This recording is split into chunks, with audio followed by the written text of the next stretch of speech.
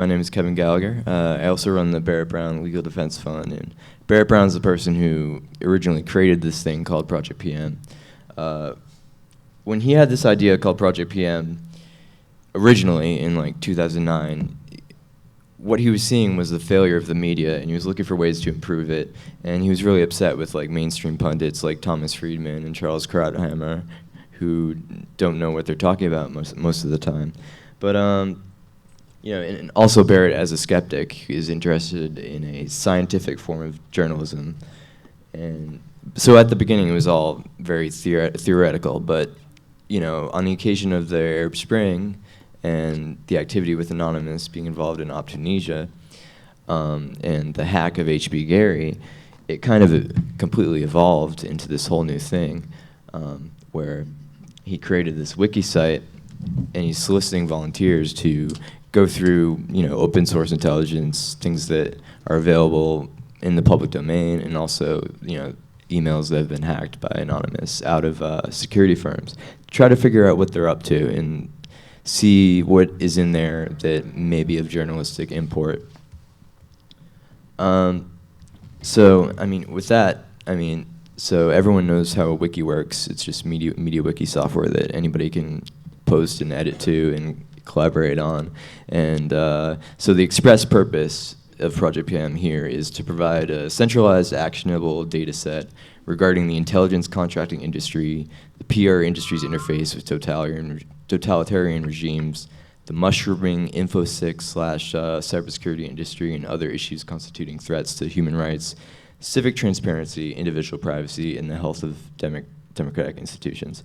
I think that's the angle that with which all of us are approaching this subject today. But this all might seem very innocuous and innocent and very First Amendment protected, like research activity that anyone might do. But so actually, the FBI served a search warrant on him in March 2012, and right down there on number 8, they listed the actual URL of the wiki, which they were seeking records for.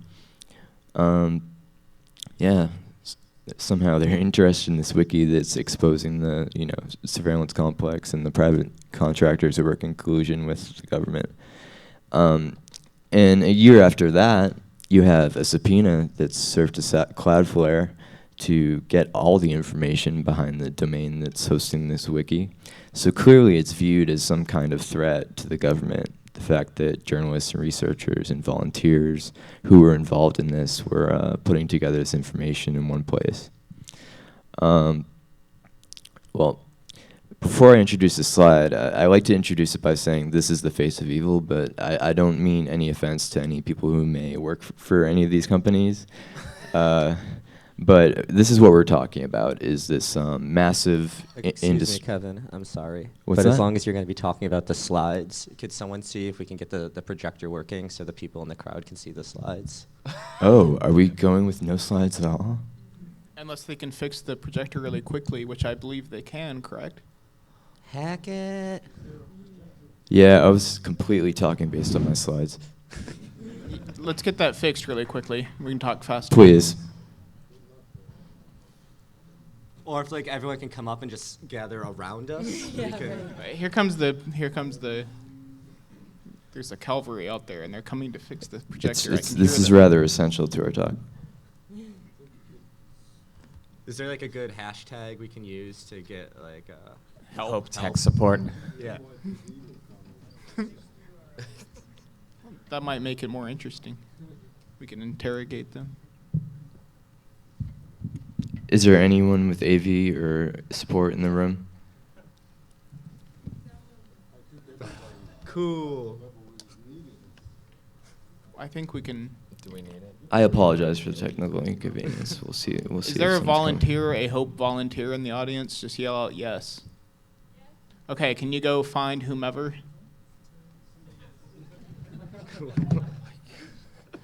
Find the person with the most power to make this happen as quickly as possible. Oh, yeah. Hey, we got something? We could solve it ourselves, self-governance. Do we need it? put the slides online on the wiki? Can you put the PDF online? Well, Bluetooth it or I had been told that this was tested and working. I think it's that. That's the projector, right? Yeah. You have an HDMI cable that reaches. Help is coming. The cavalry. Can you hear them? I can hear them. What a disaster. All right, we're going to start over. Well, it actually We're fits into starting the over, yeah. crowdsourcing paradigm that things can get kind of messy when you have a bunch of citizen journalists rocking the town, rocking the intelligence agencies and everything. Sometimes it's not as pretty clean as, the more swank outfits.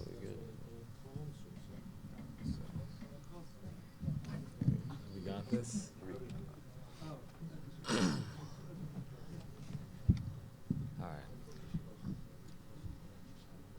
Well, can we just talk about shit, rather than us just waiting? Sure, it's actually set to produce.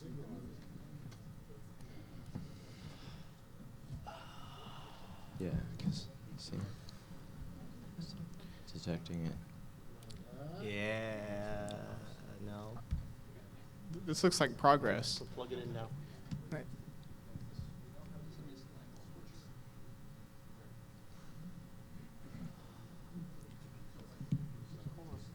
This would be so disappointing if it was actually a good slideshow. Which it is.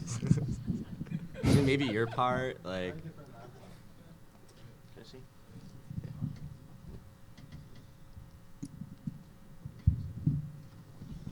So I think in the meantime, perhaps, Joe, do you have any Yeah. stuff? Well, while we finish this up, one of the big things that Barrett found during Arab Spring was that a lot of these tech firms were helping out dictators in the Middle East monitor all of their citizens under total surveillance. And you were watching this from your front row seat, right? Well, this was I'm just sitting at home and just knowing what these firms are up to, and seeing that they could just scrape up every GPS coordinate of everybody in the Middle East who has a Facebook profile, and where they could just go target, arrest, beat, torture. They did this in Egypt. They did this in Syria. They're doing this right now in Gaza as we speak.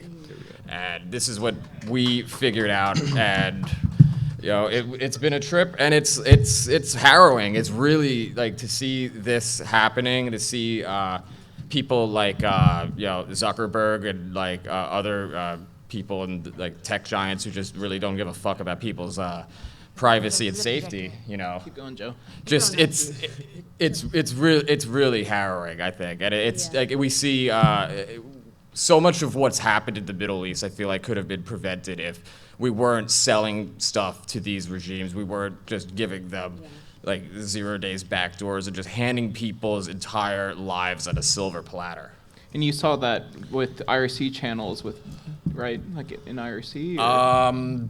This is just generally on Twitter and just at Facebook, and literally just compiling research from every single corner of the web and just noticing these little things. And then connecting the information to the right people, so the crowdsourcing happens and funnels it up to people who get it to a wider audience. The best way to do it, we were just blasting stuff out on Twitter, and everybody else was seeing it happen at the same time. Everybody was coming to a consensus. Our little bubble of hacker people, and we try to tell this to people that aren't really as technologically savvy, and they're just huh, Yeah. All right. To start off from where I lost video, Barrett's really unique innovation was to recognize the power of the internet for collaboration, and the fact that there were thousands upon thousands of these emails and no one knows what's in them. So let's solicit people to go through them. Yeah, this is a picture of the wiki. I told you what its stated purpose was, and this is the search warrant that was served by the FBI against his residence in his mom's house. Explicitly names the URL of that wiki. A year later, they also served the subpoena to Cloudflare, trying to figure out who was running the domain.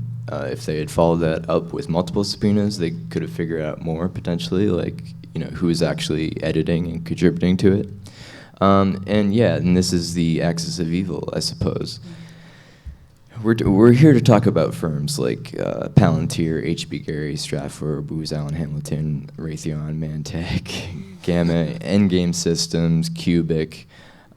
This is the privatized side of the surveillance apparatus that does not get as much discussion as like the NSA does, but yet it constitutes over 70% of the U.S. intelligence budget. It's going at least 70%. Yeah, of the U.S. intelligence budget is going to contractors. There's very little accountability for it all. You can't send them Freedom of Information Act requests, for example. Yeah, like the NSA, all those crazy acronym government agencies. They're doing a lot of like crazy stuff. We all know that, but they're not necessarily doing all of it. They're going to, the private sector. And random dudes in Northern Virginia are going to work and going to these companies and doing jobs like as like a proxy for Uncle Sam, and there's not the same kind of oversight. So they don't have PR spokespeople that you can call, at least not that'll definitely answer the phone and give you something at least. Do not sound like idiots. Yeah. And these guys have a profit motive too. Right.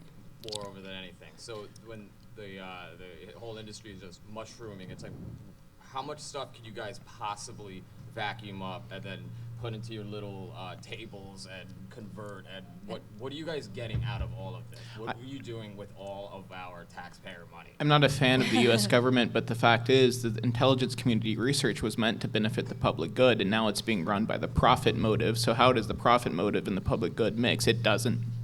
Yeah, so here are some examples of stories that, captivated Project PM's attention. This first one is an exclusive report that was filed by Project PM and Barrett Brown. Within the HB Gary emails, he had discovered a program called Romas Coin, and it was due to be replaced with a program called Odyssey.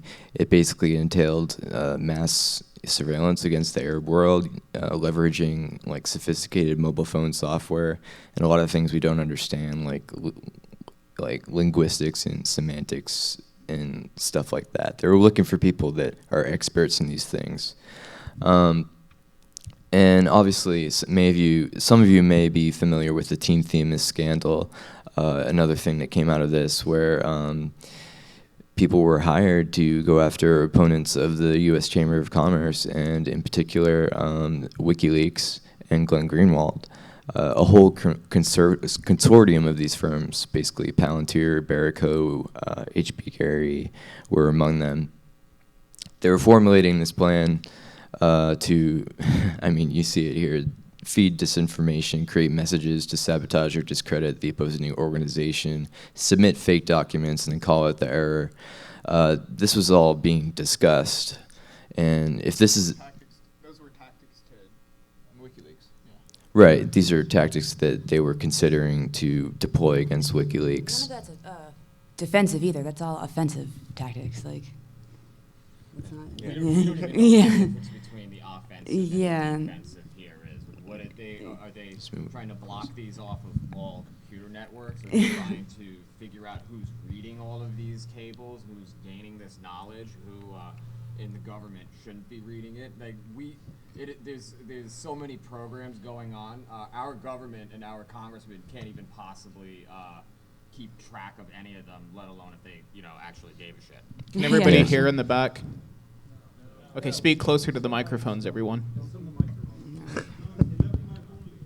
So here's another one. Back in 2012, this DoD information operations contractor called Leone Industries was basically caught in a smear campaign against a group of journalists at USA Today who had written critically of that same firm, and they had to apologize. But this is the type of stuff that goes on, and I think activists and journalists are of course, the prime targets for these firms. Project PM research fed into these articles.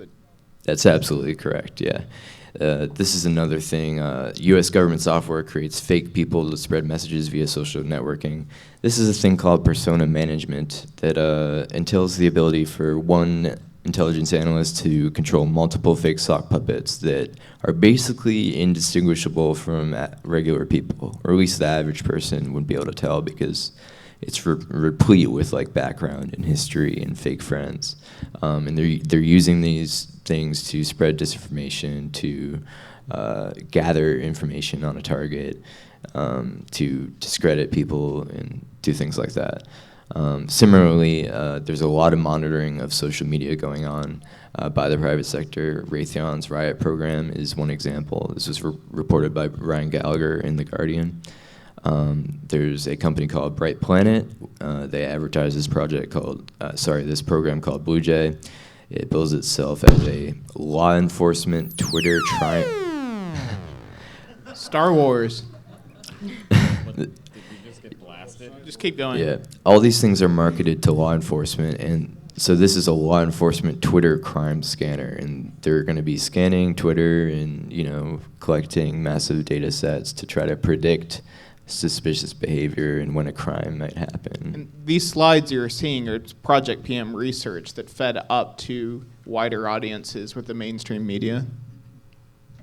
Another example is Ntrepid has a thing called Tartan.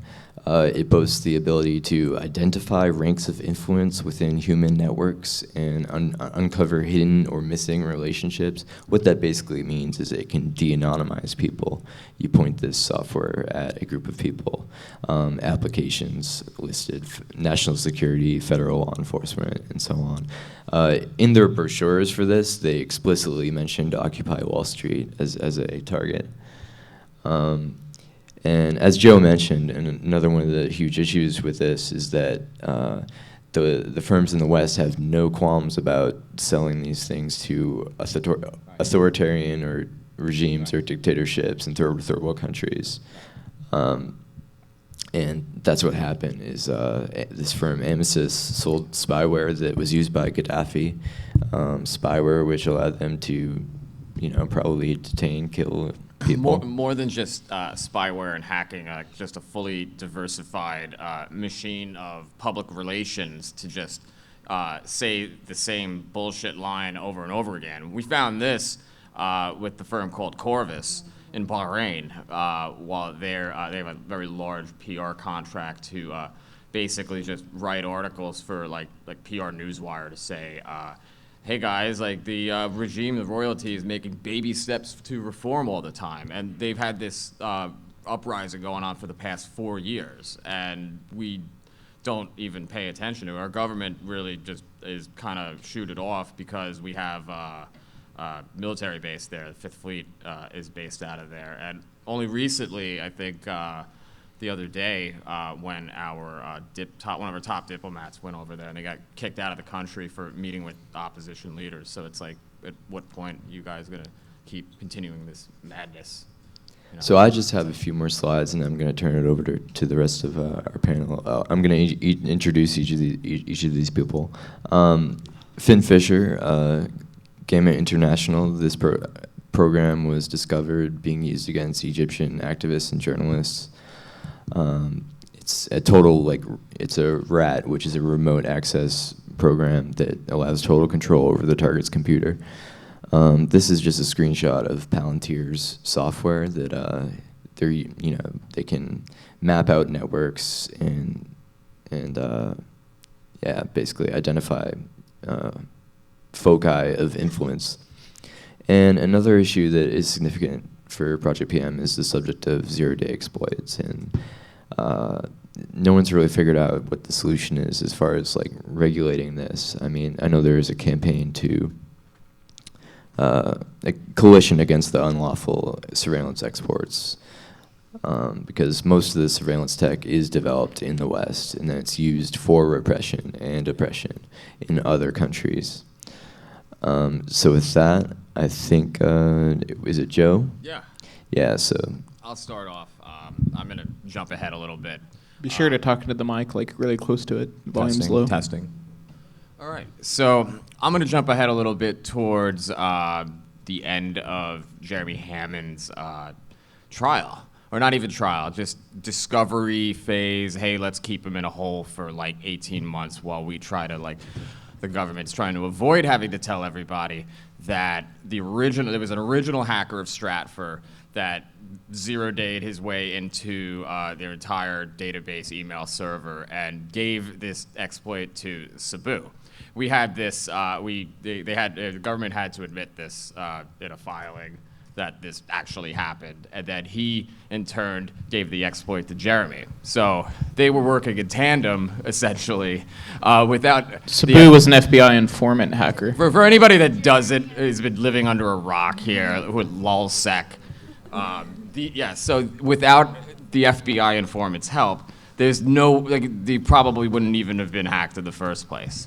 Interestingly enough, Stratford is involved with Mantech they had a contract for irregular warfare services and to conceptualize for the military how they would do these operations abroad. And they were just, they haven't really said what they were doing with it, but irregular warfare is basically your non-kinetic firing weapons at each other. It's maybe more like subversion, maybe like, I don't know, sending hookers to a politician you want to take down or something like that. It could encompass a lot of things, and it's been around since as long as humans have been beating the shit out of each other. What about the anyway, acquisition of HB Gary by Mantech? That was also very curious too. Mantech acquires HB Gary, and they're able to go and say like, hey, we're not responsible. We're buying your company, but we're not buying your responsibilities for all the stuff that you might have been on the hook for. Going even further back, Cebu was involved in hacking Mantech and looting and pillaging. I think that was what Fuck FBI Friday 1 or 2 was one of those. So FBI is involved. Basically, we caught them hacking themselves. I had to suspend disbelief. I thought I had been seeing this for months and years on end, and then finally it's seemed like a pretty legit hypothesis. You know, I didn't want to. I felt like I was a conspiracy theorist, and finally it's well, it's been confirmed. Yeah. So then I have to ask myself, why did they allow this to happen? Was this incompetence, or did they really want to take Stratford down a peg? Reading a lot of the Stratford emails, I maybe think the latter. There's a lot of the most plausible. There's a lot of stuff that Stratford's doing and have their hands in that I would probably say that that's likely as well. They had a hedge fund. They were starting a hedge fund called StratCap that was events futures trading. So it was another version of Ntrepid. So they would basically have this computer that would trade on algorithms, and while they're doing this other irregular warfare thing, there's just all of these other things that Stratford is doing that would combine into their one mission. So they were setting up StratCap with a Goldman Sachs guy, so it's no small fry. Right. So. So next we're gonna have Andrew Blake. He's a reporter with RT. He's covered many of these things. I have your slides here. Hello. Thanks. Hi. My role here, I was kind of in a really particular place when Project PM was doing a lot of really important stuff. And to go back, one thing in particular that we found out was this thing called trapwire. But to back up a little bit, if you're not following, or if you weren't following the whole thing that actually happened with these Stratford emails, was Stratford is another one of these, is a geopolitical consulting, jerks. Private CIA. And so they were hacked by, as Joe was saying, by the FBI actually. But it's, anyway, so. It's true. Basically, if An FBI informant steering Jeremy Hammond, who had the technical expertise. And this isn't setting up a fake bomb for somebody to go be raided later. This is hacking's real. Yeah. So if you go back 2.5 years ago to late 2012, Stratford was hacked by the FBI and anonymous, and a couple thousands of emails were pilfered. 5 million. 5 million. Okay, thank you. And eventually, those actually got published by WikiLeaks, and you can go on WikiLeaks and you can read these millions of emails sent from people within Stratford, the vice presidents, and they're all old CIA cronies. And some of them still affiliated, obviously, kind of that culture, exists there. So you start going through these emails and you start just catching keywords. WikiLeaks actually, after a while, built a great search function, and you can go to I think gifiles.wikileaks.org and type in whatever. Type in raghead. Oh, yeah. If anybody wants to go. The vice see president of some- intelligence at Stratford, Fred Burton, is notorious for racial slurs. Yeah. So one of the things that we found one day was this thing called Trapwire, and it was reported for a little while in the press a few months after Stratford was hacked. So a few months later, we start seeing that these guys from Stratford were sending emails to each other, pretty much saying like, okay, there's this thing called Trapwire, and Stratford's trying to sell it to people, but we were seeing all these inner office emails. And it turns out that it's a surveillance system that's being sold, or at least touted around. It was sold to a bunch of different agencies, but we started seeing that this surveillance system was being sold and given to like Washington, D.C. New York PD was alleged to be using it, Texas Department of Public Safety, and like dozens all over the world. And what the company was saying this thing was, all right, we use existing like pan to tilt cameras, like the infrastructure is already there. We're just going to combine normal CCTV with facial recognition technology, and we're going to combine that with... To identify supposedly suspicious behavior. Yeah. Predict terror attacks. Predict. Yeah. So, just creepy Orwellian surveillance stuff. This was, before the Snowden revelation, stuff like that. But so, you can see here that, this is what it looks like if you go onto WikiLeaks and you can go through the emails and you can see guys from Stratford telling one another like, oh, let's try to sell this. This is awesome. We already got it here. We got it here. And this is a system that's going to make people, like, you can watch them, and it's super creepy, whatever.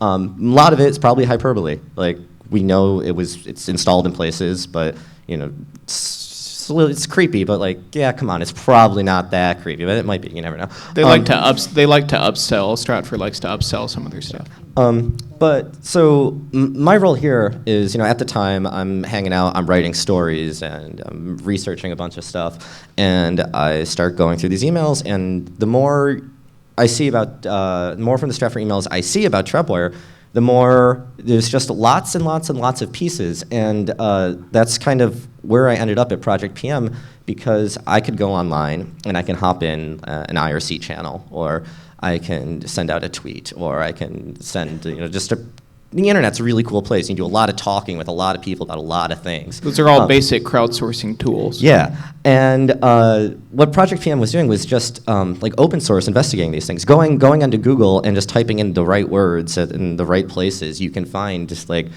really, really frightening stuff.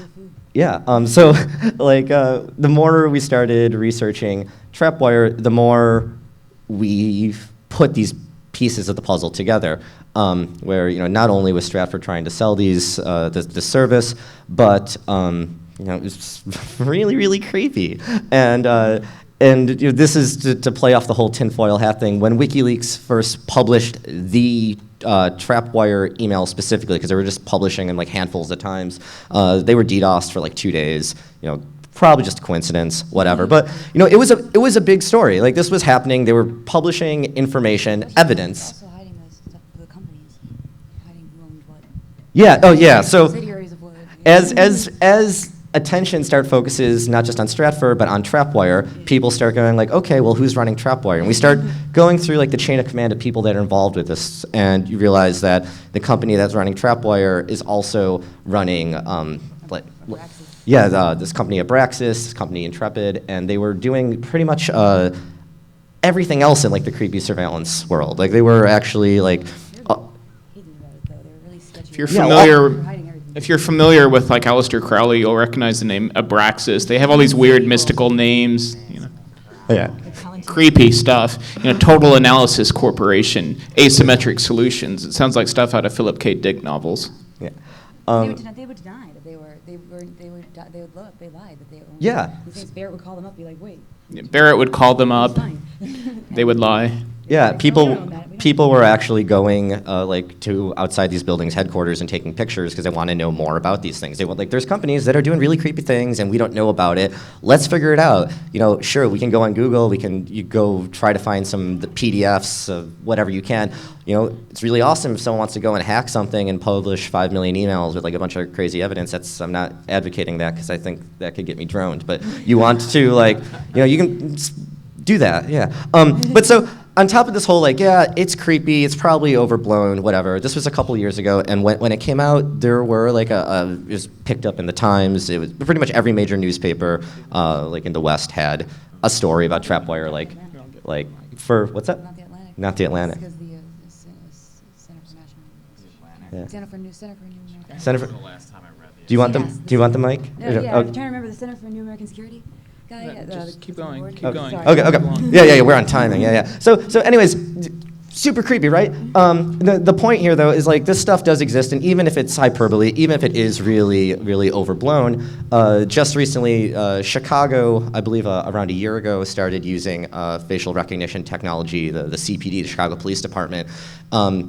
Last year, they actually caught someone using that facial recognition technology, and someone was just sentenced to 22 years in prison. I'm pretty sure he like killed a guy or like robbed a store. You know, it's something you should be in prison probably, or, you know, if you think that prisons should exist. But regardless, you know, this stuff does exist, and we just saw last week, I believe, a police agency in the UK is now using facial recognition technology. They're using something called NeoFace, which I believe comes out of Hong Kong and is all over the East, and is all sorts of creepy stuff. So governments, agencies all over the world are using really, really creepy tools, and you can't easily get information about it. So that's where Project PM came in. That's when I started going and hanging out in chat rooms and being like, oh, has anyone seen this document? Oh, cool, well, that brought me to this document. And then someone else will say, oh, well, that's got me that document. And then someone else will say, oh, hey, why doesn't someone go and hack something else and get all those emails? And, you know, don't necessarily do anything illegal, but when you start talking to one another and you can use the internet as this collaborative tool, you know, it's more than just like, well, you realize this, you're all a bunch of nerds, but like, you know, you can find some pretty interesting stuff that should be disclosed. People are spying on you, and there's no oversight there, you know, very little oversight. And if you can find a way to elaborate on this information and bring it to the public's eye, it gets picked up. People are going to write about it. It is going to end up on the New York Times front page if it's important enough. So if you are in that infrastructure, if you're in those companies or you know someone who is, just leak all of that. Because follow the Twitter handle PROJPM for Project PM and send what you find there. Exactly. We'll organize it and help the crowdsource crowd get into it more. So I mean, what we kind of want to do now is kind of show a demonstration of like how this was all organized, how Project PM worked, how Barrett conducted his journalism and solicited volunteers to go through documents and find stuff. So we have Douglas Lucas. He's a Texas-based freelance writer, researcher, and journalist, mostly known for covering Barrett Brown's case.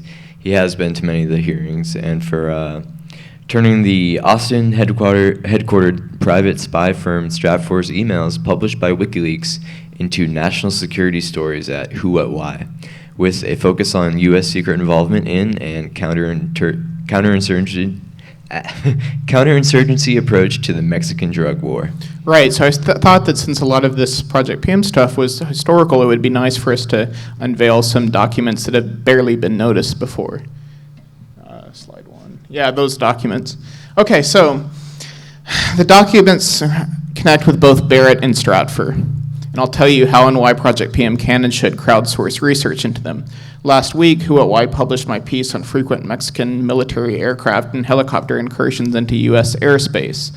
As part of our investigative partnership, WikiLeaks has added to the top of its list of Stratfor releases my Who What Why article, which was based on these intelligence products that you see right there on the screen.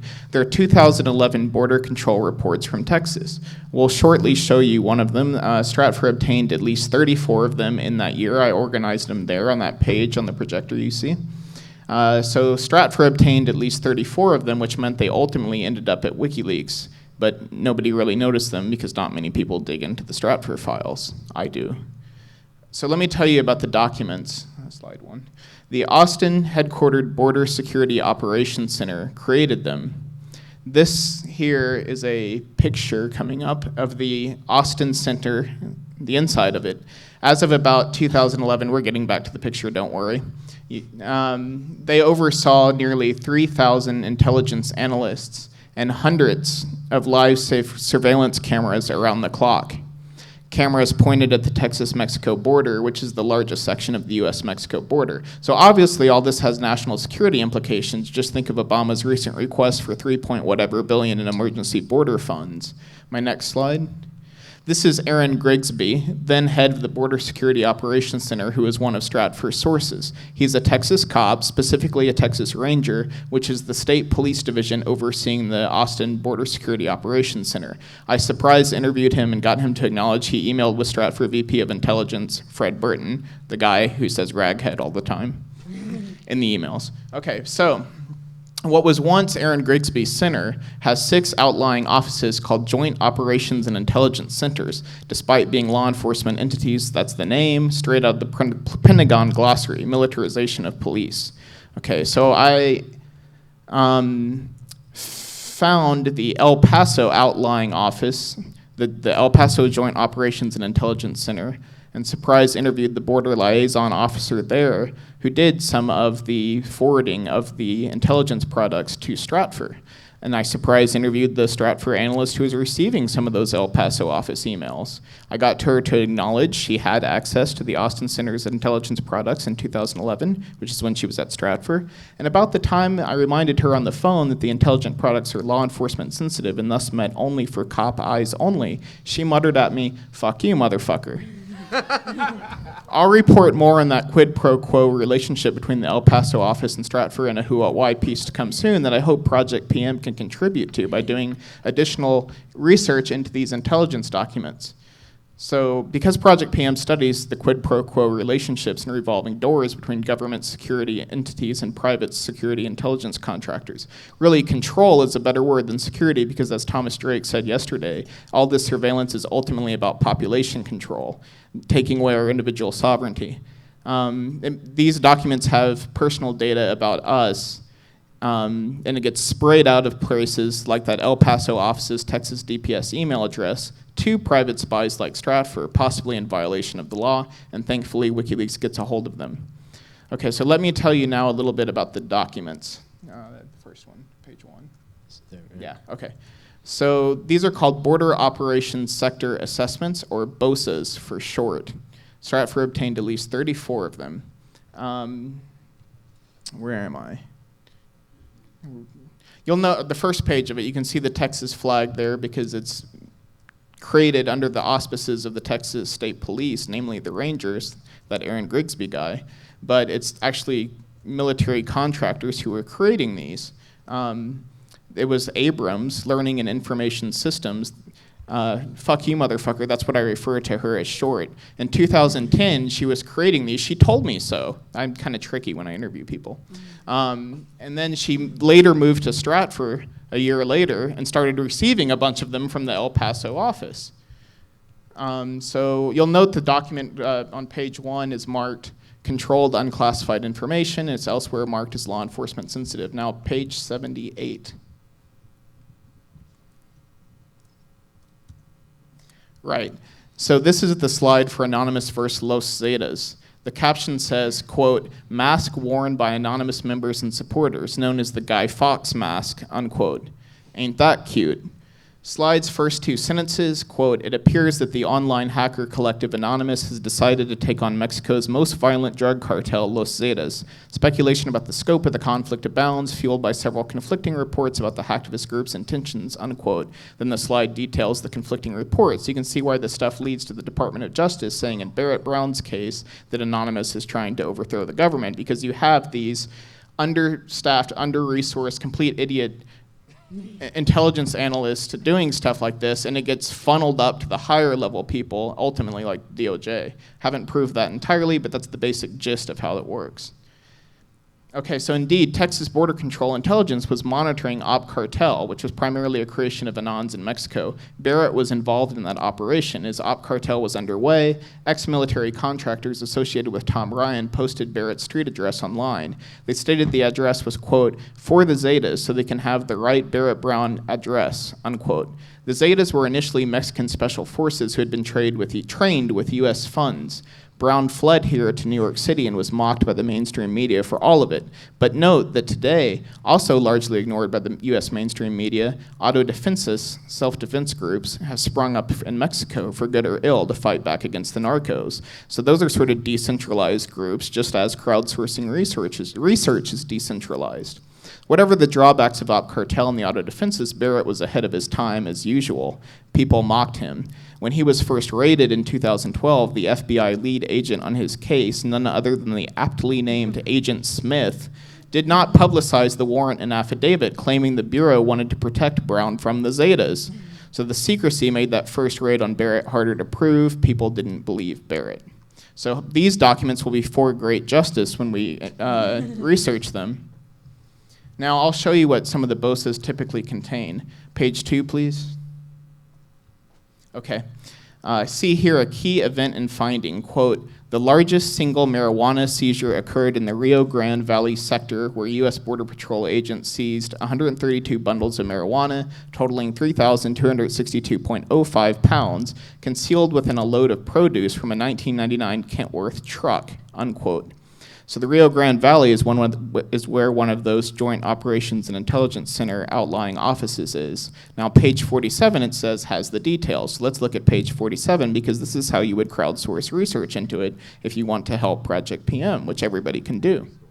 So here we see that the weed, not weave, but weed, the pot, was, quote, commingled in a load of produce, unquote, and, importantly, that the incident happened at the Falfurrias Border Patrol checkpoint. We know the document is reporting between October 26 and November 2, so now we can send a Freedom of Information Act request to Customs and Border Protection for this very incident. Hell, for all incidents in all 34 of the intelligent products, ultimately we can all organize them and put them on a Project PM.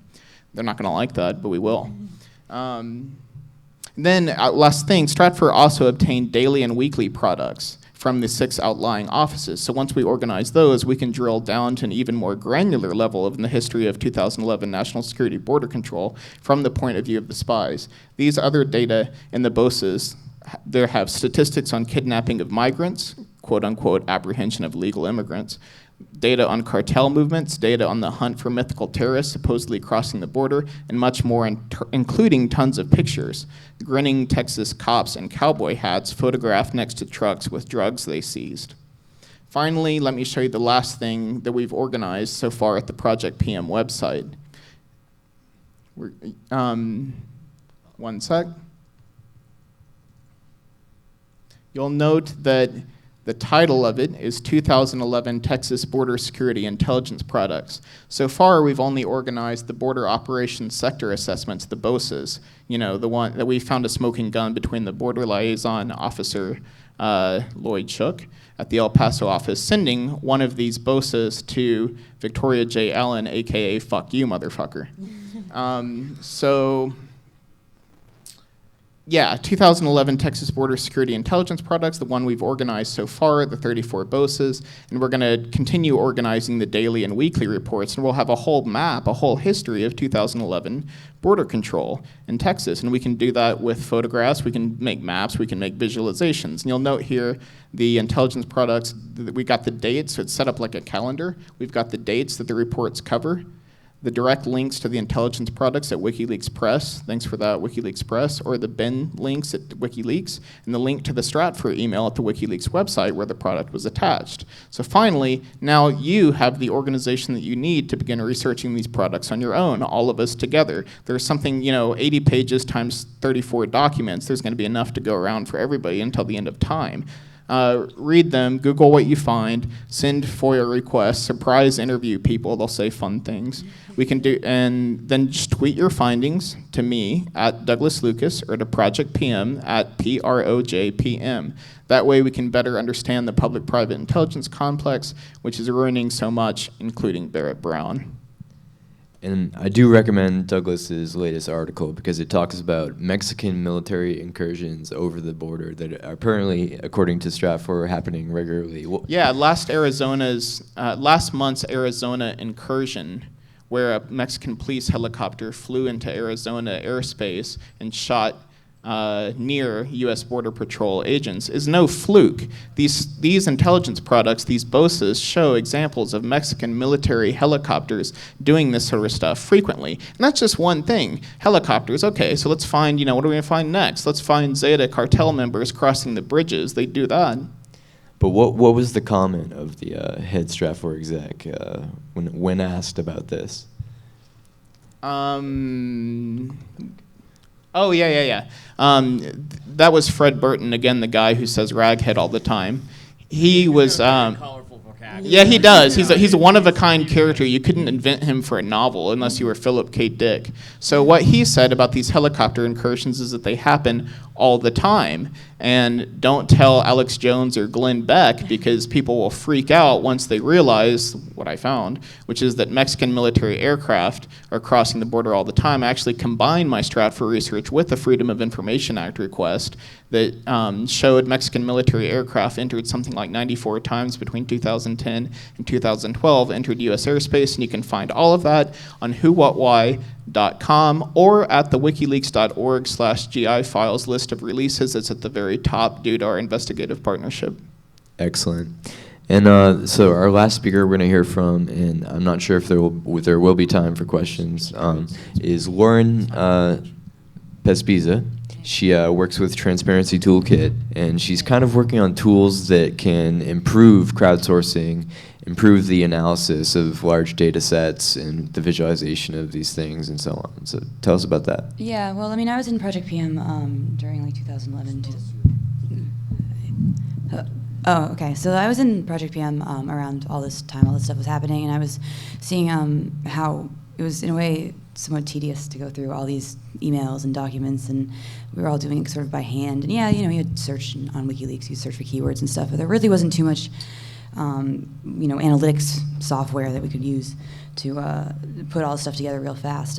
So it made it sort of a sort of small group of really interested people that were passionate about it to begin with. Like making fun of NSA contractors and embarrassing them is just something that is one of my favorite pastimes. So, and especially with a lot of other people in Project PM felt that way too.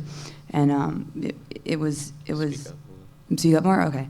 It was fun. We got the Transparent Toolkit up there. Oh, okay. Yeah, I don't want to go too far into it because we need to have like an actual release and stuff. But this is sort of what we've been working on. What I've been working on with my founder Shadash for the past 6 months or so, and he's been working on it longer. And it's a data analytics platform that connects to a lot of different data sets like OpenGov stuff, Sunlight Foundation, WikiLeaks, and will enable people to sort of visualize stuff better. There's timeline tools and table generation. You can chain tools together to make even more interesting comparisons to network graph, actually. Yeah, more. It's just more effective. It's what this is what most startups do now is analytic stuff. It's pretty. If we had this when Project PM was going on, we would have been releasing 3 times the amount of discoveries, and it would have been a lot more. Maybe Barrett would have gotten a lot more credit, because I know that when before Snowden's leaks came out or revelations came out, Barrett was sort of still sort of treated like a conspiracy theorist, all those weird people at Project PM finding this stuff. This was stuff published by major media organizations, but people still didn't really take Barrett seriously. And then we were really vindicated when Edward Snowden came forward with all the revelations about the surveillance technology. Oh yeah, we told you. We've known this for a long time, guys. Absolutely right. And yeah. So, what is this, Lauren? Oh yeah, that's a network graph of the NSA contractors on LinkedIn. We scraped LinkedIn searching for all the acronyms and of secret programs that like PRISM and stuff like that, and found that most of them, a lot of these contractors post their secret programs they're working on to their public LinkedIn profile. So we can easily generate a network graph to show the connections and how big these programs are and how many people work on them. And it's kind of embarrassing to them, which is always fun. I did see once, actually a couple of cops on LinkedIn decide to put like, I'm an expert in network exploitation, which of course like just like is shown to everybody on the internet, and then later he's hacked and like run out of the entire state, and he has no idea why. You know, and it's like, well, if you put on your LinkedIn that you're a cop and you're exploiting people's computers, it's gonna like the whole world is gonna come at you. Oh, like Aaron Barr? Yeah. No, it was a different guy. I forget his name, but this was a case I saw. But So I think we've illustrated quite aptly why this Project PM thing in the wiki was viewed as a threat to the FBI and the powers that be. I think we have time for just one question. And, you know, there's a microphone just right over there, I believe. Two questions if you run really fast up there. I just want to ask if there's some place that all of this is going to be easily comprehended and published anytime soon. Do you have any plan to do that? Well, so there is the Project PM Wiki, which you can still visit. However, some of its information is outdated because the founder has been in jail and it hasn't been so active. But I've written a few articles where you can catch up on what all this work was.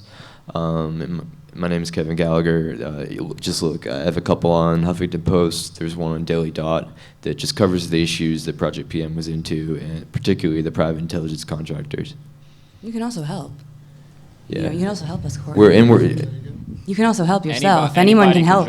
This is the whole point. It doesn't have to be all pretty and nice. You can like directly do this yourself too. You can jump in and join Project PM. It spreads the legal liability around. Then you can check out my Who What Why latest report this week. It's my pinned tweet, and you can check out the forthcoming one I'm going to have. And I'll get that "fuck you, motherfucker" transcript out one way or another. Hey guys, I posted this question to Snowden before on Twitter, but apparently Did he answer you? No, I mean there was no answering from, no questioning him at all. But I want to ask this to you, Andrew, actually, particularly. How do you guys as well feel about your activist work against one civilian state and against one repressive call it state is used to whitewash the reputation of another actively military aggressive state? I'm talking about your work with RT. I'm talking about Snowden's work with on other Russian media, and yeah, just want to hear your opinion about it. I just think that everything that's happening, I don't like secrets, and if you're doing anything to anyone, anywhere, in any part of the world, other people should know. Everyone, everywhere, especially the bad things, you know, like it's. The problem is that, for example, on RT, being one of the main voices of Russia to the rest of the world right now, your credible and substantial, interesting work is put next to the blatant lies and blatant Russian propaganda. He's the most credible person at the network. It's all just different jurisdictions. There's a Russia jurisdiction, there's an Al Jazeera English jurisdiction. You can publish stuff wherever. I'm a freelancer. Work with whatever jurisdiction is going to get your info out. I say, guys, your work is used to whitewash the reputation of Russia's aggression. Okay. How do you feel about it? That's All right. not Can we go to the next question? You can talk to me about that when I'm not on stage. being Everybody in the live-streamed on internet world, forever. everybody in the world can read websites from any jurisdiction. So it's a global audience. Barrett was a big proponent of going after, in particular, what Russia's been doing. Absolutely. The fact that he's in jail right now and not here on this stage, like, just trashing Vladimir Putin is an absolute travesty. And we'd like him back, like, now. Him and Jeremy, too. And Wormer and Kahuna PayPal 14, and all the other political and prisoners. PayPal 14. Our political prisoners. You know, if you guys, if we Chelsea Manning. want to fight this menace, but when our government is locking up our own hackers and our own best and brightest people, it's just like it's a heresy. So I do like our research doesn't. I would like to think it does not help whitewash Russia's abuses. 'Cause Next question, yeah. we know what they're doing. We're over time, Last so one, please last keep one. it quick. All right, just to be brief, we've just heard from Edward Snowden, and the revelations that he revealed is that we're being spied on, right? But what you're talking about is a relentless campaign of cyber warfare, essentially, some of it against U.S. citizens. How does it make you feel that the narrative currently in the media surrounding cyber warfare and this stuff is about we are being spied on, something that many of us have sort of known for a while, whereas what you're talking about is essentially domestic cyber warfare? Yeah, we need to look at the state and local levels. We need to look at the private security contractors that work within the U.S., often on the state and local levels, sometimes on the national levels. It's not just the U.S. intelligence community's 16 agencies, it's also state police departments, stuff like that, that get ignored in favor of the global coverage. One last thing. All of the emails I've read in Stratfor, I think, would be put together nicely as a very dark sitcom, like a True Detective or American Dad, except like really racist. Go for it. Bo Wilmon, let's make that happen. Thank you, everyone. Permission. One more? You want to give one more? All right, you guys were talking about how... All right, I got it.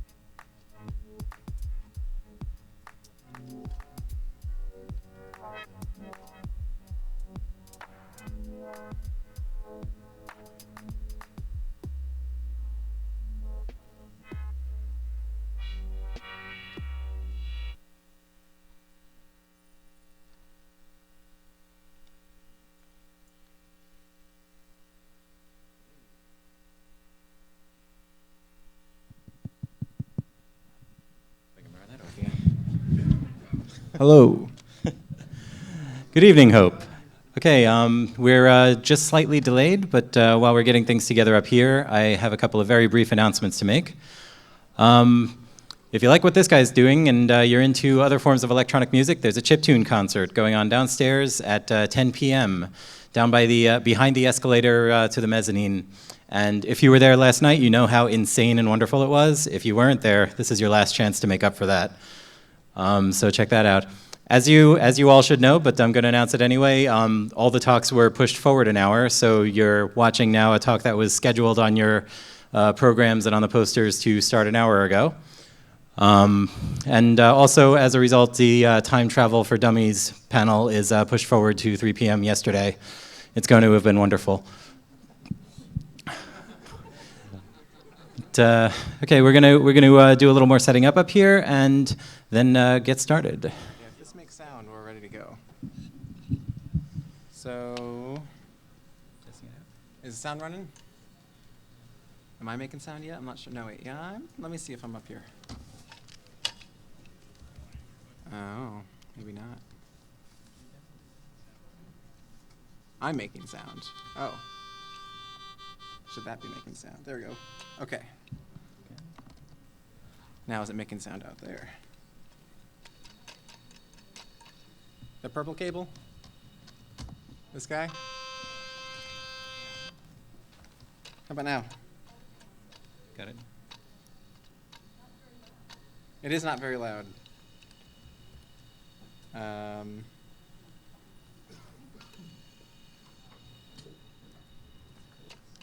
Nothing coming out? Okay, all right, no problem. I don't want to make us listen to the laptop speaker. Maybe it's not going all the way in. Oh, I have a tiny headphone jack. Nothing? Is it going that way?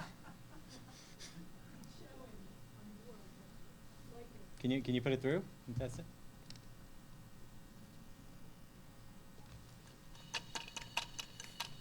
That should be buzzing.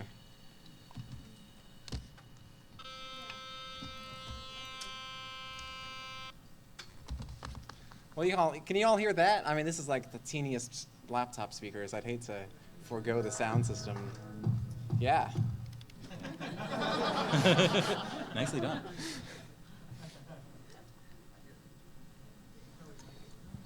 Oh, yeah, let's try that. We thank you all for bearing with us.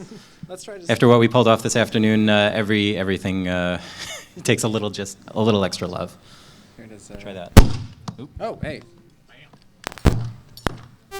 Oh. There you go. Excellent. Okay. All right, so without further ado, I'm happy to introduce the Electric Waste Orchestra, Colton Jackson. Give it up.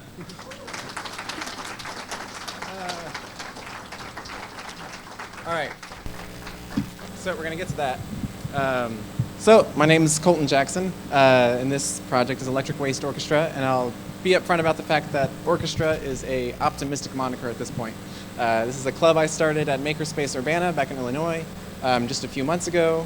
There's a few demos I have to show off so far, and if demos are 50-50, I mean, well, one of these will work. This one is going okay. The rest of them we might hear, we might not. So I want to tell you a little bit about Makerspace Urbana because without what we had going on there, none of this stuff I'm going to show you would have happened. So it's a humble makerspace, and I want to talk about makerspaces. Oh, this is exciting. Okay, I like seeing the audience. Actually, can I? Or is it better if? Okay, that's great. So it's Makerspace Urbana. If you haven't visited your local makerspace, I encourage you to. If your town doesn't have a makerspace, you could start one. Why not? In our makerspace, it's mostly just kind of big open tables, lots of power outlets. We did get a 3D printer recently, which I 3D printed my glasses on, and I would love to talk to you about that too. It's totally open source tool chain, and so the 3D printer brings a lot of people in, but you'd be surprised how many people you can get to come into your hackerspace just by having like the screwdrivers you need to repair your laptop, because most people don't have those screwdrivers. So we do a lot of repairing. We have a community help desk that people come in, we fix their computers, tell them what a virus is, and they leave a lot of extra computer parts behind because we upgrade the RAM, we upgrade their hard drives, and we say, yeah, we'll stock that in the back. And I kind of grew up kind of in the IT world, and I think anyone else that did realizes how quickly e-waste stacks up, because it's not free to get rid of generally. Sometimes you can find someone who will let you toss it away, but it does cost money to disassemble this stuff and to get rid of it or incinerate it. So anywhere you go, any hackerspace, any IT department, they're going to have stacks of hard drives. The hard drives I'm using are like 4 gigabytes. They're not useful to anyone anymore, right? You can get like a thumb drive that's faster and more portable. So this is I'm basically saw all this stuff that we had and saw how wasteful it was being, and that it wasn't serving any purpose, and I wanted to find something to do with it. So that was kind of my inspiration for what I started doing. So makerspaces, this has happened because I ripped open an old hard drive, and like while I was tearing it apart, basically I saw a post on Hackaday that you can spin a motor and it creates a sine wave. So I thought, well, I've done some music and I've done enough electronics to know that I can amplify and control things with sine waves. So I thought I'd try it. So as I was like taking apart this hard drive and soldering wires to the back of it, I had some friends who were like, oh, what are you doing? Because that's what makerspaces are about. You're like looking over each other's shoulders, seeing what projects each other are working on. And when you get a bunch of people just like hanging out, working on their own projects, you get this access to expertise that I think money can't buy. It's like you're sitting across the table from like an electronics engineer, and you're saying, oh, I don't know how a motor works. And he says, oh, I'll tell you. I'll get the whiteboard out and explain how a motor works. And so I was like soldering to the motor, and some guys were like, oh, well, what are you doing over there? I was like, well, I saw that you can get a sine wave off of this, but so I'm not sure exactly how I need to hook it up. And the guys were like, oh, well, hey, let's learn how to use the oscilloscope. I was like, yeah, let's learn how to use the oscilloscope. So I got like a free one-on-one lesson to use an oscilloscope and learned, kind of about just like ground and positive and, really basic electronic stuff that I didn't know yet, but I knew that it was easy enough. I mean, especially when you're surrounded by guys that know their thing.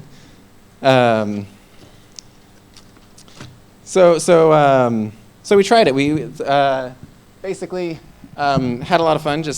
Just tearing into an old hard drive can be a lot of fun, because usually computers are these black boxes that a lot of people are afraid to touch or afraid to take apart, because if they break it, they have to call their nephew and be like, oh, so these are like black boxes that are mysteries to a lot of people. Maybe not people here, but it's fun for people to like take things apart when they don't usually get to, and especially if there's like no penalty for breaking it. That's I make it very clear. That's what we're doing here. We're breaking these things so we can do something else with them. So we tear everything out. We rip the reading head out, and it's just a nice silver disc with a couple of contacts on the back that you can solder directly to. We got that going, and we hooked it up to the sine wave, and I wish we had video, but never figured out how to get micro HDMI going. So you can look up videos. I got some videos on YouTube, Electric Waste Orchestra. But yeah, we hooked this up to an oscilloscope, and you spin it, and it's got produces a sine wave. The faster you spin it, the higher frequency the sine wave. And I'll go ahead and start a demo with just this guy. I got a chip that works pretty well. Oh wait, gotta leave my bag down there. Do I got a suitcase sitting over by? Oh, forget it. I can do it. So basically, I did it in software first. Figured out how to control sound with this as an input device. And then figured out an analog amplifier later. And let's see what I can show you to start off. So I'm using this software. I don't know, raise your hand if you've ever heard of Max MSP. Yeah, quite a few. So any of the electronic musicians guys have probably seen what Max MSP can do. So I'm using Pure Data, which a lot of you guys might have also heard about. But it's an open source branch. Or I don't know if that's the right term, but the guy that did all the math in the back end for Max MSP went off and started his own project. It's all open source, and it works pretty well. And it interfaces with Arduinos.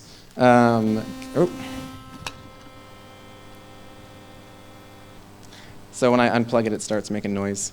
So how many of you are familiar with Arduinos? Probably a lot of you guys. So super popular with hobbyists. So I'm here. I'm not selling a shield. I didn't make a new shield for the Arduino. I just figure Arduinos is something that a lot of people already have. So I thought this is kind of an opportunity to take stuff that people have lying around. If you got a hackerspace, you probably got a stack of Arduinos around too.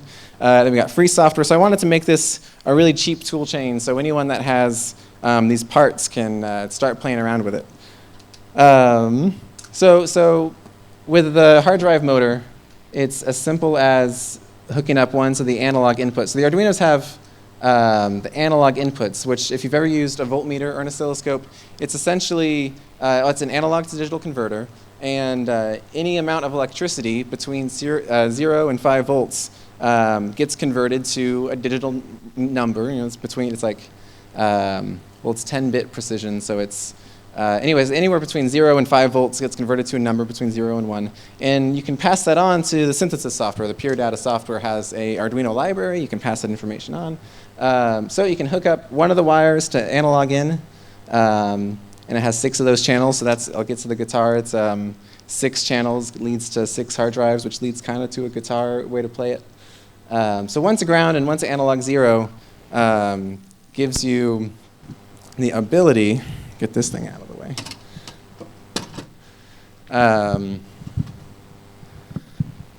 Let's see if I have my code ready to go, multiplier.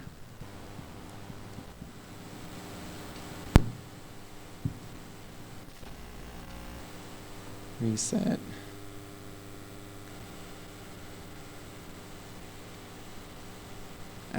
So live demos suck, right? Unplug it, plug it back in.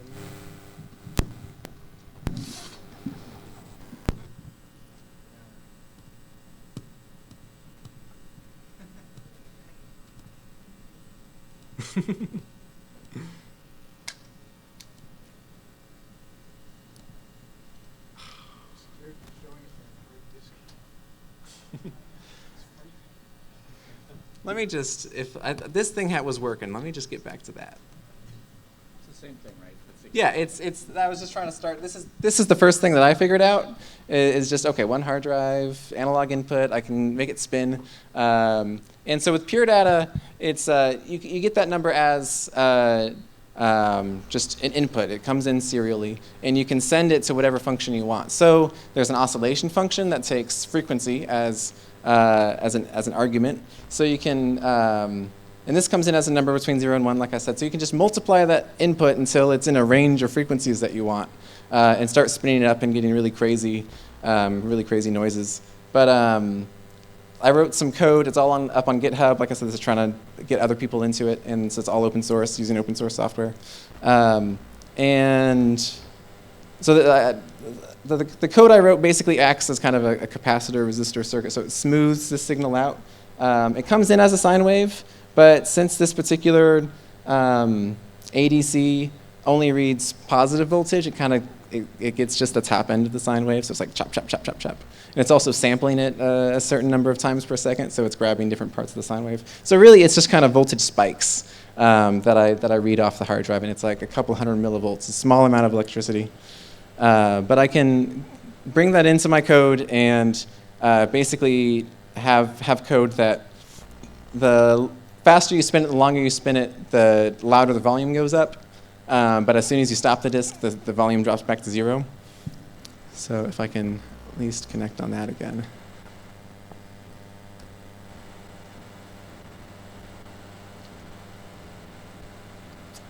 File not found. It's not a file.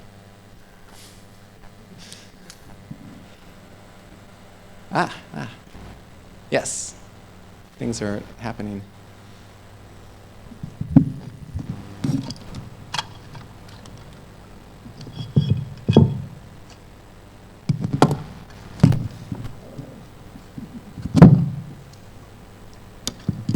So I should have just kept it around.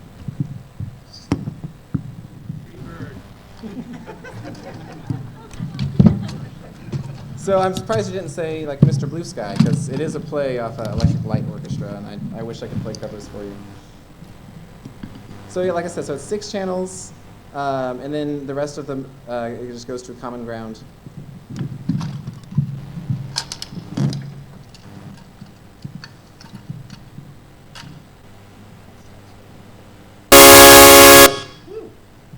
So that's what noise sounds like.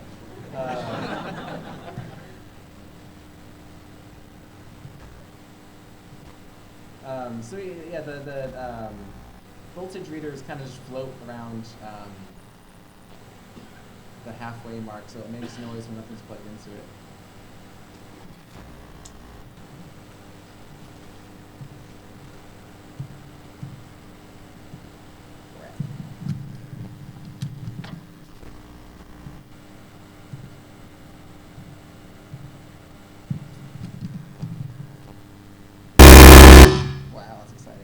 Let's see what else I was going to say about this while it's playing with me.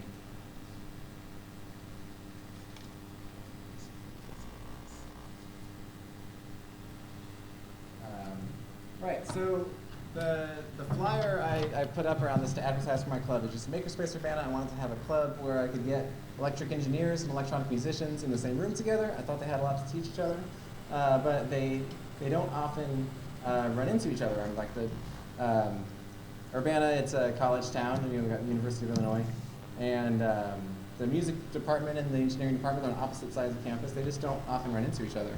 Sorry, yeah. So electronic musicians and electronic engineers don't usually run into each other, but I think they had a lot to teach each other, and I had been learning from them just hanging out at Makerspace, so I wanted to get them in the same room.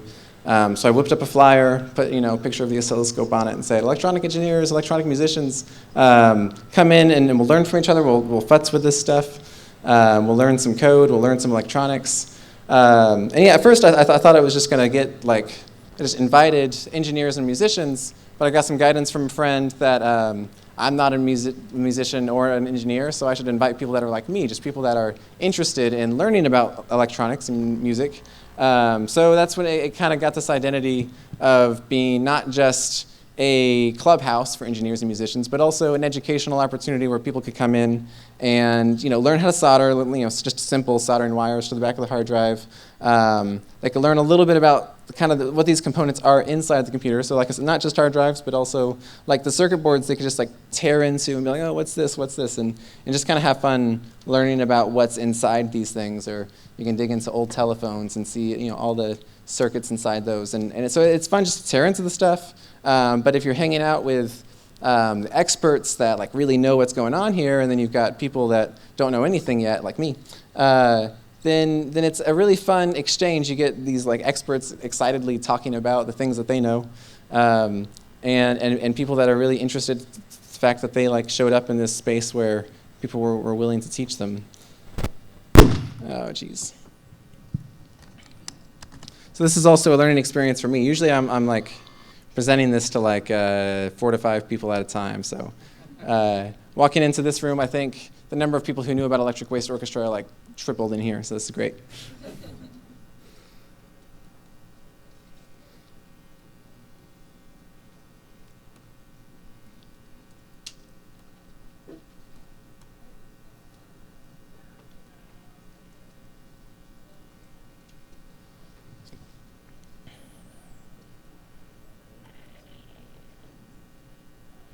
Oh.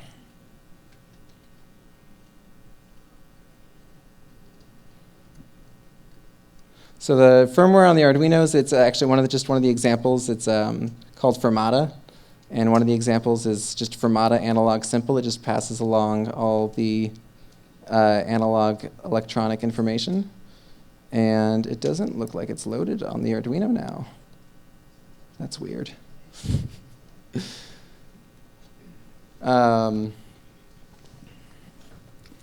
If I can find where I set my suitcase, there's something in the front pocket I want to show off. Is it by your photo stuff?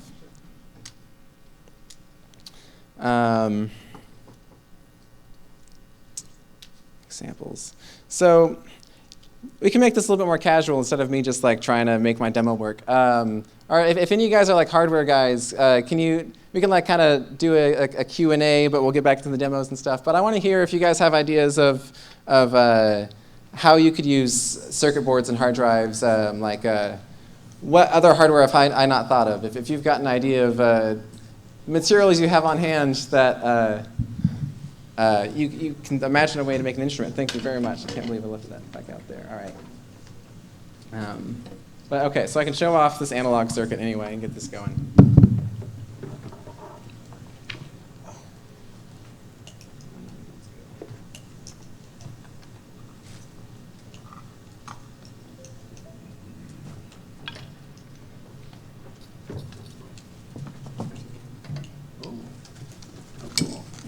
I'll be going here.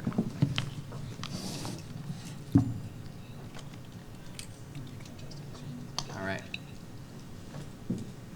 So this is an op amp. It's a LM 324. This is a circuit a friend of mine designed, and I tell him he's too generous. So I'm going to plug this in. It's noisy, but that's be okay.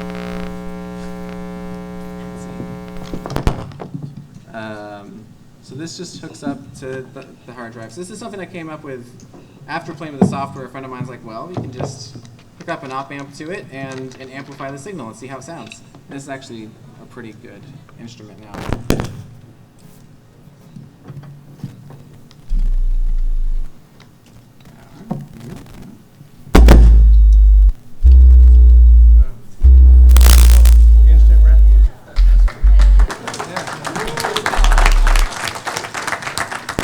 It's producing a sine wave. I love this place. I was hanging out in the hotel lobby and showing this off to a guy, and he's like, "Oh, it sounds more like a square wave. I think your op amp is clipping the signal." And I'm like, "Oh, yeah, thanks, stranger."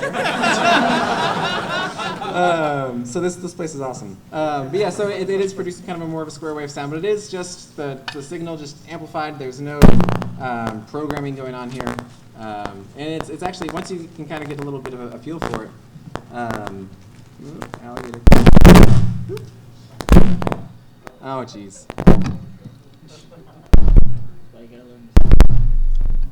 You can kind of get a feel for like how quickly you spin it and start playing kind of like.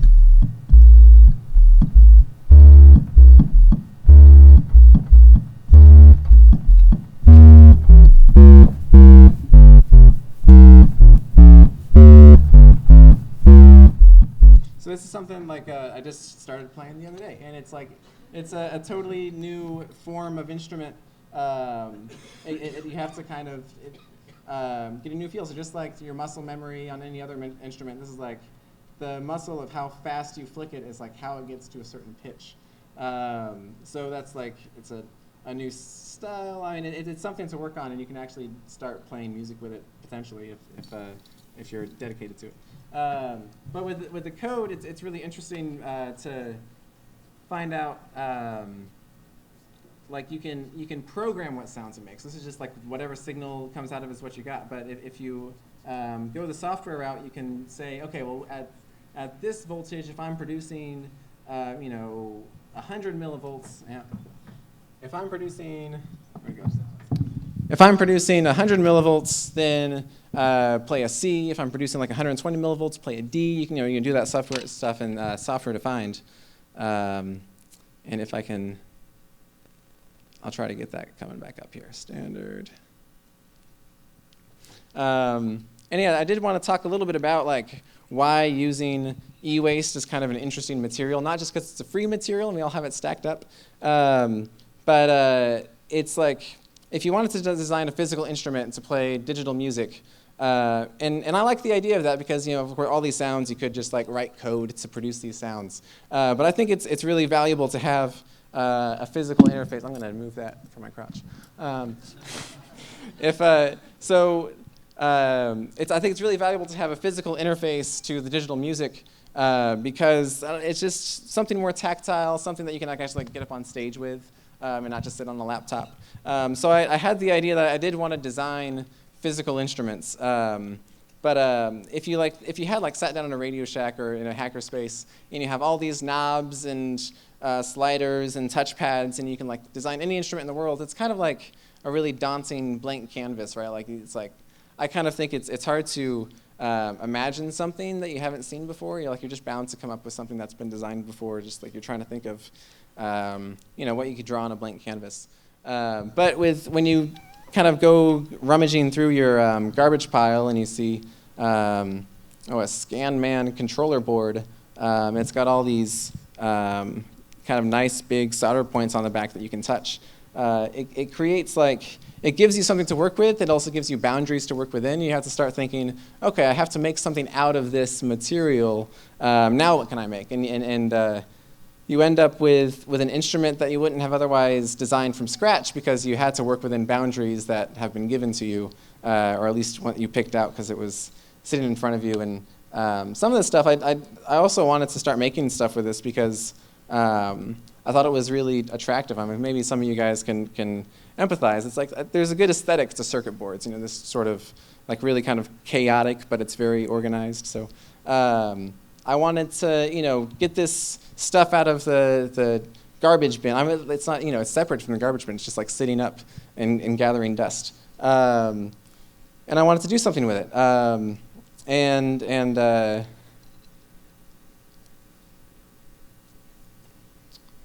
So I went over all that. So with the musical instruments, it's kind of a fun thing that you can get people together on, and people that wouldn't otherwise have come in for a soldering lesson or to learn programming. It's like, oh, I'll try to build a musical instrument. I'll see what it looks like.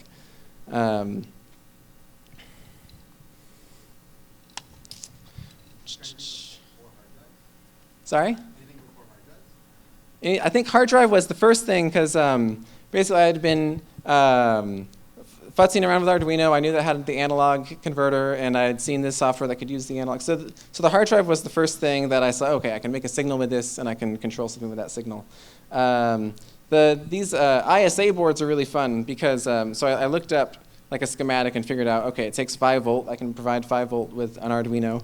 And as the power goes through all this, when you touch the kind of cross circuits, short circuits with your fingers, your fingers conduct enough electricity to screw stuff up. So you can short circuits and change the voltage that's coming out of all these data pins. So it communicates with the computer, through these data pins by shifting the voltage up and down really rapidly. But actually, especially with this really old stuff, one of these pins just it's just like a floating point number. It's just sitting at this number, and I can make it go up and down if I had my hardware running. Done uploading. Oh. Okay, I'm going to unplug it. You're out?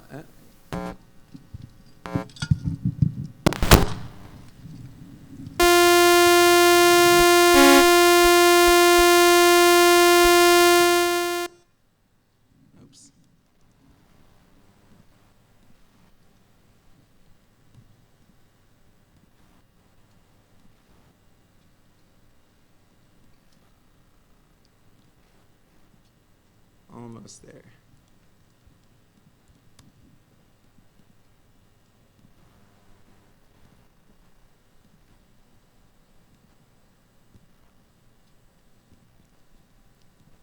So I'm coming to you guys basically with this is the stuff that we came up with in our club for a few months, and I'm really looking forward to talking with you guys afterwards and figuring out what kind of new stuff we can make. And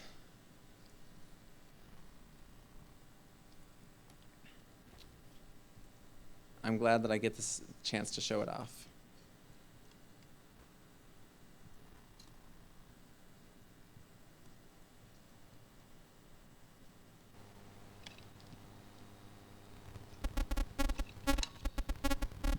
Okay, so I'll go over how this is coded. It'll give you an idea of what's possible with this software. So essentially, it's 6 oscillators that each have a frequency set to them, and the volume of that oscillation is set to 0 until you spin the hard drive associated with that oscillator. So I think in this version. Oh, that's noise. Okay, so it's okay.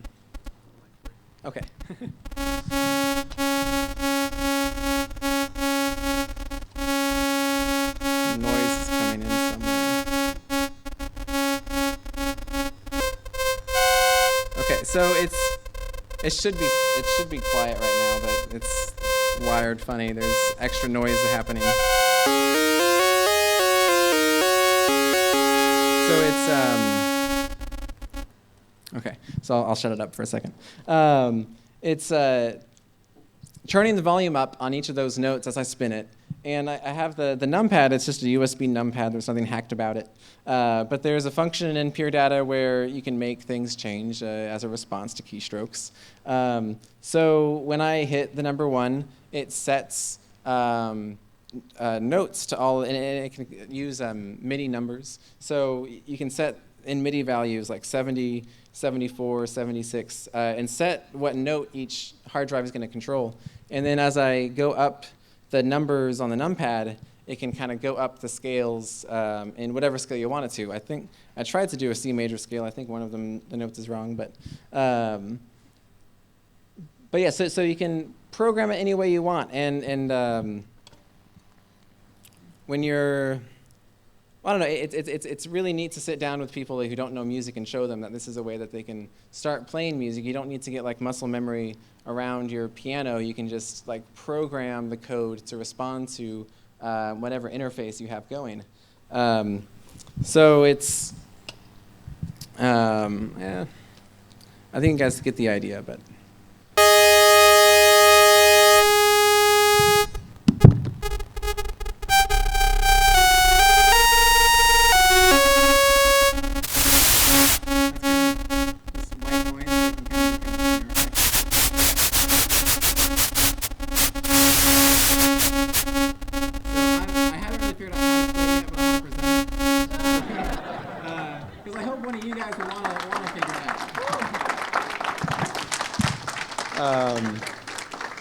So to not do myself to further failed demos, I'll say that's kind of to wrap it up, but we got this room for like another 20 minutes. So if you guys want to come up, this stuff works better in a non-stage setting. So come up and see some of this equipment I got, and we'll kill the rest of the time. So thank you. You're welcome to try out the guitar. So come on up and get your picture taken.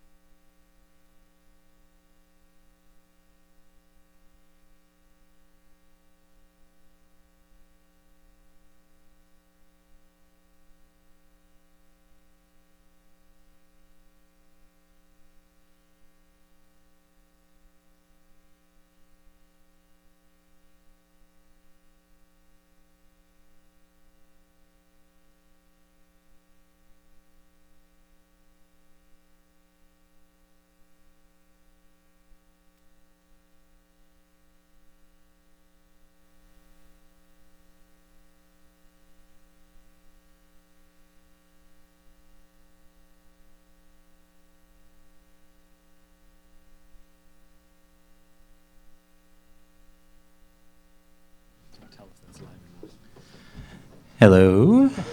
Here I am. Okay, good evening, Hope.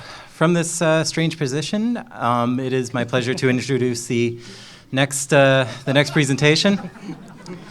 But before I do that, just a couple of announcements.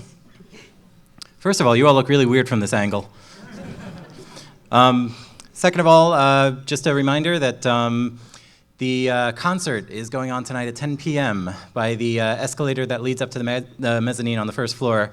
If you were there last night, you know how insane and wonderful it was. If you weren't there last night, this is your chance to make up for that dreadful, dreadful state of affairs. So tonight at 10 p.m., check that out. A couple other things going on. As you know, the talks are all pushed forward an hour, but I'll mention it anyway. All the talks are pushed forward an hour. And due to stuff running over earlier today. Also, as a result, also the how to install Linux on your time machine talk has been postponed to 3 p.m. yesterday, but it's going to have been wonderful.